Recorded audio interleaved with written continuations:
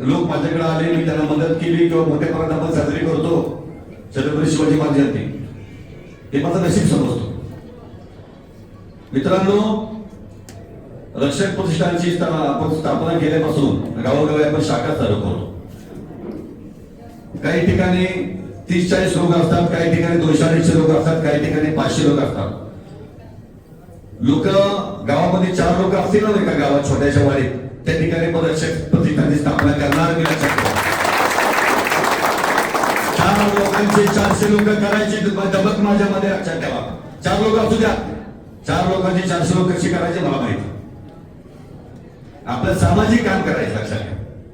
म्हणजे आमचे आतामध्ये अधिक जाधव आमचे मित्र बोलले, अधिक पाटील, की राजकीय काही आमदार खासदार असं काय, असं माझा विषय नाहीये आणि मला उभं राहायचं नाही. त्यामुळे मी तुम्हाला सांगू शकत नाही तुम्ही उभं राहा म्हणून, की तुम्ही उभं राहू नका म्हणून. तुम्ही उभं राहा. मी माझ्यासाठी वचन घेतले मला उभं राहायचं नाही म्हणून. पण तुम्हाला कोणालाही उभं राहायचं असेल तर तुम्ही मोस्ट वेलकम. तुम्ही कोणत्याही पक्षातून उभं राहा. एक सुशील मोजर म्हणून, एक रक्षक प्रतिष्ठान म्हणून मी तुमच्या बरोबर कायम सदैव जातो.